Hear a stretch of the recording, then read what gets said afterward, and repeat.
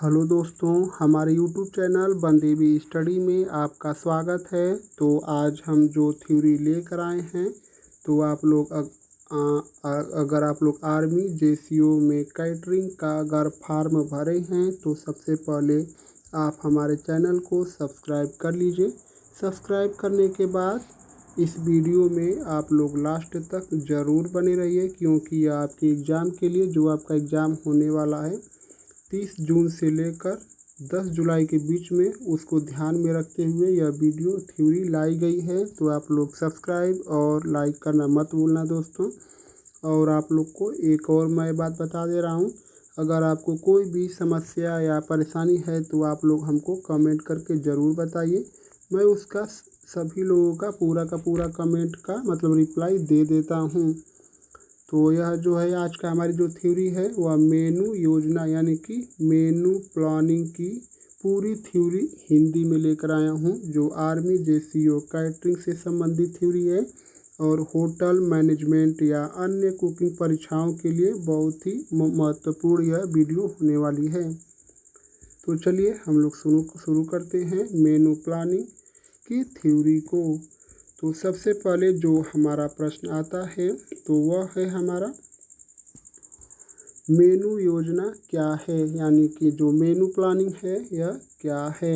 तो मेनू योजना का अर्थ है विभिन्न प्रकार के भोजन न खाने की वस्तुओं को इस तरह से क्रमबद्ध करना कि वह पोषण युक्त, स्वादिष्ट, संतुलित और ग्राहकों की आवश्यकता के अनुसार हो। यह एक पूर्व नियोजित सूची होती है जिसमें यह तय किया जाता है कि नाश्ते में, दोपहर में, रात्रि में आदि के लिए कौन कौन से व्यंजन परोसे जाएंगे, यानी कि सुबह के समय नाश्ते में, दोपहर के समय खाने में और शाम के समय रात में खाने में लिए कौन कौन से व्यंजन तैयार किए जाएंगे। तो मेनू योजना का अर्थ यही होता है। तो चलिए हम लोग दूसरा जो हमारा प्रश्न है यानी कि दूसरी थ्योरी के बारे में इसको देखते हैं। मेनू योजना के क्या क्या उद्देश्य होते हैं। जो हमारी मेनू योजना है इसके क्या क्या उद्देश्य होते हैं।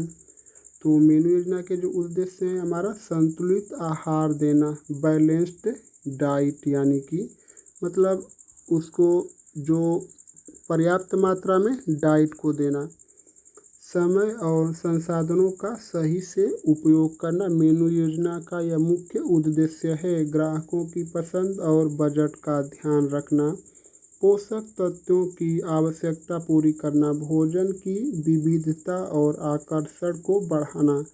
तो अगर दोस्त आपको कहेगा कि मेनू योजना का क्या क्या उद्देश्य हैं तो आप लोग को यह दे देगा और यह और आपको ऑप्शन डी दे देगा कि उपरोक्त सभी। तो आप लोग इसे पढ़े रहेंगे तो आप लोग अच्छे से लगा पाएंगे। तो चलिए हम लोग अपने तीसरे पॉइंट पर चलते हैं, यानी कि अब भोजन की बर्बादी को रोकना है। मेनू प्लानिंग का जो महत्वपूर्ण उद्देश्य है वह भोजन के बर्बादी को रोकना भी है। तो हमारा जो तीसरा पॉइंट है वह है हमारा मेनू योजना के क्या क्या सिद्धांत हैं, यानी कि प्रिंसिपल्स ऑफ मेनू प्लानिंग। संतुलित आहार जो हमारा पहले स्थान पर है, संतुलित आहार। बैलेंस डाइट मैं आपको ऊपर भी बताया हूँ, जो सभी पोषक तत्व होते हैं, कार्बोहाइड्रेट, प्रोटीन, वसा, विटामिन, खनिज का संतुलन। तो जो हमारे संतुलित आहार होते हैं उनमें मुख्य रूप से कार्बोहाइड्रेट, प्रोटीन, वसा, विटामिन, खनिज प्रमुख रूप से संतुलित आहार हैं। आपको क्वेश्चन में यह पूछ सकता है कि संतुलित आहार कौन कौन से हैं, तो यह आपको पता रहेगा तो आप लगा सकते हैं। हमारा दूसरा नंबर पॉइंट है मौसमी खाद्य वस्तुओं का उपयोग। तो मतलब जो भी मौसमी फल हैं आप लोग को उसी को मतलब यूज करना चाहिए, जिससे कि आपका संतुलित आहार प्राप्त होता है। जैसे गर्मियों में ठंडी चीज़ें और सर्दियों में ऊर्जावान चीज़ें आप लोग को खाना चाहिए। इस समय तो आम का सीज़न चल रहा है तो आप लोग मौसमी फल को ही खाने की अधिक से अधिक मतलब प्रयास करें।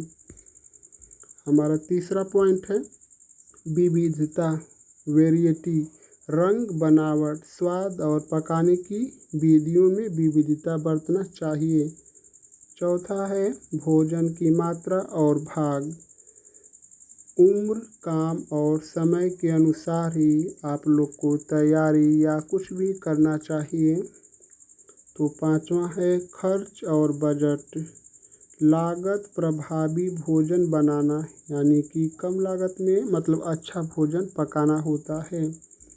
तो हमारा 6, 7, 8 पॉइंट को देख लेते हैं। रुचिकर और आकर्षक प्रस्तुति।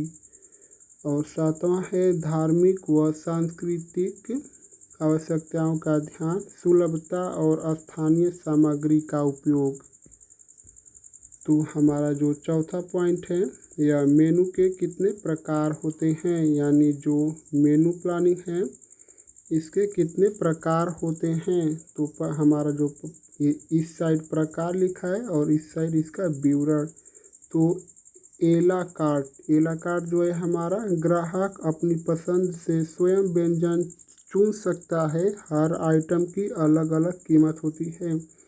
अगर आपको कहेगा क्वेश्चन में एला कार्ट क्या है, तो आप लोग को उसे बताना है ग्राहक अपनी पसंद से व्यंजन स्वयं चुन सकता है। हर आइटम की अलग अलग कीमत होती है। दूसरा है हमारा फिक्स मेनू। तो जो फिक्स मेनू है हमारा, यह फिक्स कीमत पर पूरा भोजन पैकेज में, यानी कि पैकेज करके आप लोग को दिया जाता है। तो यह जो है हमारा फिक्स मेनू हो गया। अब साइक्लिंग मेनू, तो हर सप्ताह या महीने में दोहराया जाता है। डेली मेनू रोज़ाना के हिसाब से बदला जाता है। यह हमारा साइक्लिंग जो मेनू है। डाइट मेनू, रोगी या विशेष आवश्यकताओं को पूर्ण करने के लिए। बालों के लिए जो अधिक से अधिक हमारा बालों के लिए लो फैट, डायबिटिक आदि। बूफे मेनू स्वयं सेवा।